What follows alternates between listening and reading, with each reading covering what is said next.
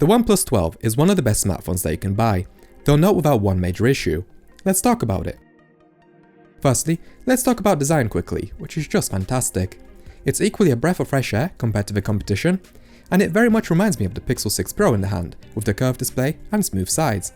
The camera portion has been carefully designed, leaning into the sides to a uniform piece, and with the lines surrounding the bump, it almost looks like a filter thread on a dedicated camera. This flowy emerald colour is beautiful too. It suits the colour of the watch, and has a marble-like texture under the glass. There's also a glittery black model, and in certain regions, a plain white colour too.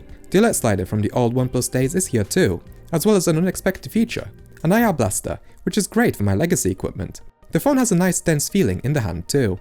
The sandstone case is exactly what I was looking for. I spoke in my Moto video about how I wish phones had a sort of grippy feel to them, and this is it. It feels quite a lot like the D-brand case in my hand, which is a high praise. Displays are boring to talk about, since all flagships have the same specs as one another in that regard. I will say, I wasn't expecting the OnePlus to not only have a Dolby Vision screen, but we can shoot in Dolby Vision too, so that's nice. But in terms of software, I do appreciate that we have a True Tone-like function. That's not always a given on Android, and we have Pro XDR, like all the modern Android flagships. OnePlus takes it one step further with a button to toggle it on and off in the Photos app, so you can see what difference it makes. HDR content also does show up in Instagram. We also have quite an aggressive but intelligent refresh rate mode, which locks apps like Apple Music to 60Hz, knowing that you don't need a faster refresh rate. Unlike on the iPhone or Nothing phone, I struggle to see the screen door effect up close, and the display overall is very sharp. The optical fingerprint scanner is pretty much the same as on every other phone that I've reviewed. Sometimes fails, usually scans first time, not as good as an ultrasonic fingerprint sensor like on the Pixel 9 Pro. The speakers are fine, but they're not the best. They're extremely clear and can get very loud, but they aren't as bassy as iPhone. But they are clearer, and that's the compromise they have to make with such small speakers. We do have Dolby Atmos support for streaming spatial audio via Apple Music, and for changing audio profiles. The microphones are confusing. When I first got the phone, the noise reduction, even when recording video, was incredibly aggressive, and there was a lot of noise to boot, despite how underwater the audio sounded. But update after update, they are perfect. I took them to a club and there was no distortion with loud music, and when recording something quiet like my TV, I can hear it just fine. And the audio is just very true to life. Finally, let's talk software, because that is the most interesting part of this phone.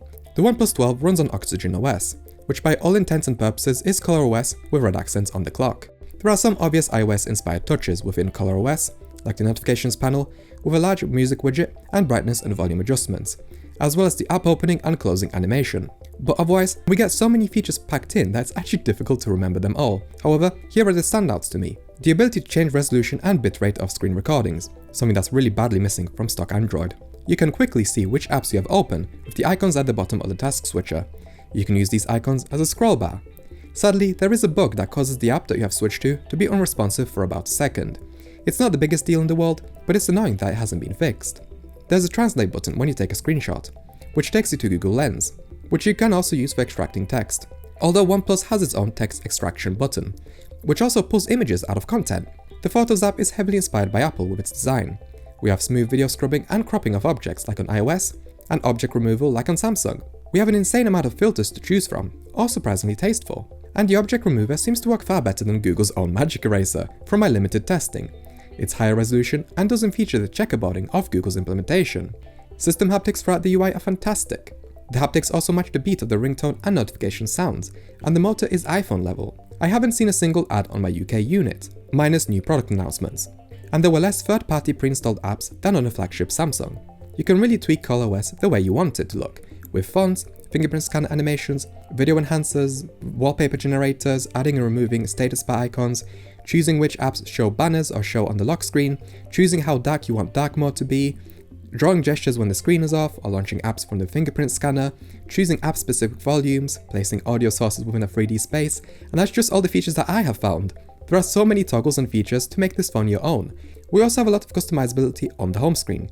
You can choose icon packs, edit individual apps, change the app transition animation, choose what you want the swipe down gesture to do, choose app animation speed, etc. There's a dynamic island-like toggle that shows up when setting timers and screen recordings that you can hold down to expand. Any app that declares itself full screen shows a smaller notification pop-up, and when you tap a notification, it opens the app in a pop-up window to not take you out of the main app. Speaking of app animations, they're all very smooth. Dare I say smoother than Apple's even? They're all very fluid and conjoined. I've also not had any issues with notifications. They are slightly delayed compared to an iPhone, but they do come through just fine. The touch targets for the music player on the home screen are terrible though, and it also bothers me that you cannot delete screenshots after sharing them like on an iPhone and a Nothing phone. One minor annoyance is that the Spotlight search is an app, and sometimes not very quick to launch. The OnePlus 12 feels more like a camera attached to a smartphone than the other way around. And with how huge the camera bump is, you'd hope so. But seriously, the image post-processing is straight up the most pleasing that I've ever seen come out of a phone, though not without its issues. The post-processing seems to know when it should leave shadows alone for a more dramatic image, and when it needs to pull them to capture the most information. The colours remind me of a dedicated camera. They're natural and aren't overly saturated. Amazingly, we get zero artificial sharpening when shooting. Mostly, I'll get onto that later. Likely inspired by Apple, we can change focal lengths by tapping on the 1x icon, going up to 35mm. It's nice that OnePlus stuck with a 3x lens with a software mode that crops into 6, though I was disappointed to see that the crop isn't lossless, and at 6x you will start to notice a loss of detail. Naturally as well, the further you zoom, the more the AI post-processing takes over to recover detail, but for what it's worth, it does a much better job than Apple with noise, though I'd sure hope so, seeing as the telephoto lens is 64 megapixels.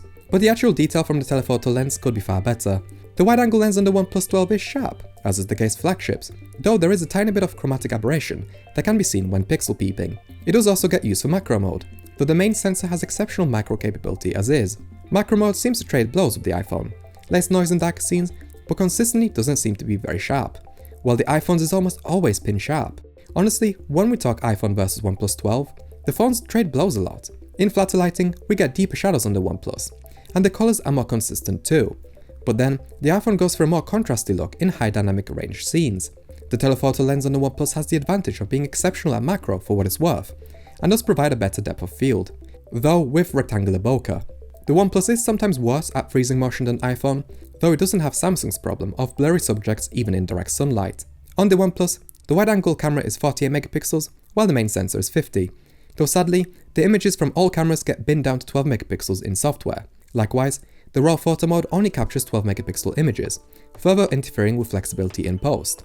We have a high-res mode in the camera app, but like on the Nothing phone, no new detail is introduced, and instead, artificial sharpening tries to make the picture sharper, while the iPhone is exceptional with its 24 megapixels, and can shoot 48 megapixel RAWs.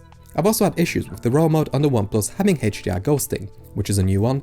X-Pan is a gimmick, but it's a fun gimmick at least. I really do like how a wide panorama can create a more dynamic shot, especially when you take the picture in black and white, though the animation is slow, and the picture has a bit of over-sharpening creep in. The front-facing camera is extremely wide at 21mm, and has built-in beauty modes if you're into that jazz. Weirdly enough, we cannot shoot 4K at 60fps on the front lens, only 4K 30. Video is about as good as it gets for Android. The 1080p videos are over-sharpened and aren't all too pleasing, but 4K video is fantastic with a lot of detail.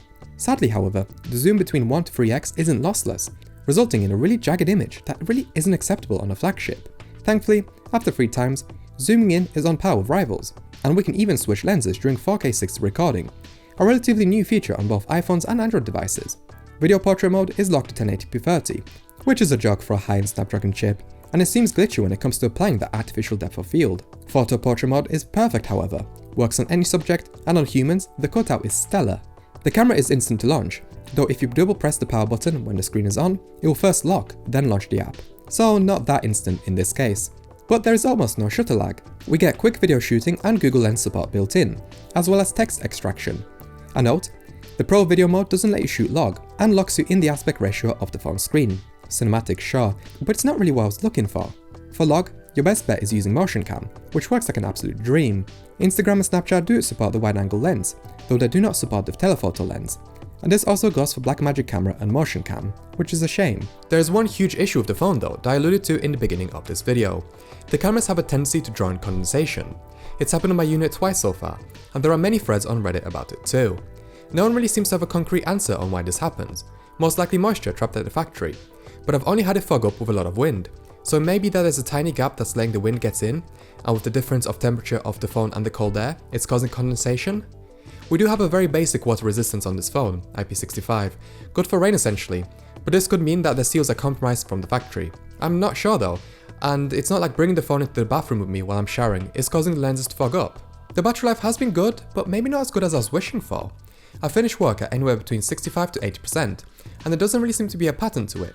It is roughly a 4% battery drain an hour on 5G. But on Wi-Fi, the battery life is fantastic and lasts roughly twice as long as my iPhone. We do have an 80% charge cap and a smart charging feature in their settings, like on practically every other phone. When using a USB PD charger, we are capped at 25W charging, quite slow. But in the box we do get a proprietary 100W SuperVOOC charger, although America is limited to 80W for some reason. Annoyingly enough, the charger is Type A instead of Type C, but that charging speed is just hilarious. 26 minutes to charge from 0 to 100% and 11 minutes from 0 to 50. Plugging your phone in for the length of a single song and getting enough juice to last you an extra hour of use is the thing that blew my mind the most though. And crazily enough, the phone doesn't really heat up all that much. Just because I know someone will ask, the OnePlus 12 features a Snapdragon 8 Gen 3. The only model currently being sold in the UK is the 16GB of RAM, 512GB of storage model. Minus the excessive amount of RAM for a phone, it's a high-end chip, but it doesn't overcome the standard Android hiccups from time to time, like loading the post screen on Instagram, or how slow the Photos app is to open, and the very occasional and minor UI stutters. But I have escaped the iPhone's heat problems. The phone doesn't seem to even heat up at all during normal use, and only starts to get lukewarm when you're pushing it with photo and video taking. It's not even burning a hole in my pocket when on idle, which is lovely.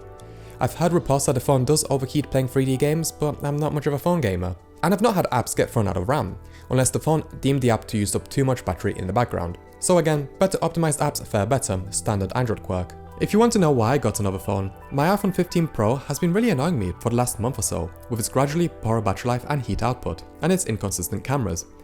I mean, there are times when the OnePlus has a night and day difference in processing, which is good, but it's just a shame that I don't get the flexibility in post, not having a 50MP RAW mode or log in Blackmagic camera. But I am really glad I gave OnePlus a go, and as long as the performance or battery don't get crippled over time, and the condensation doesn't become a bigger issue, this will hopefully be the phone to last me for years to come, and hopefully that is the last time I say that. Thank you so much for watching, and I hope to see you for the next one.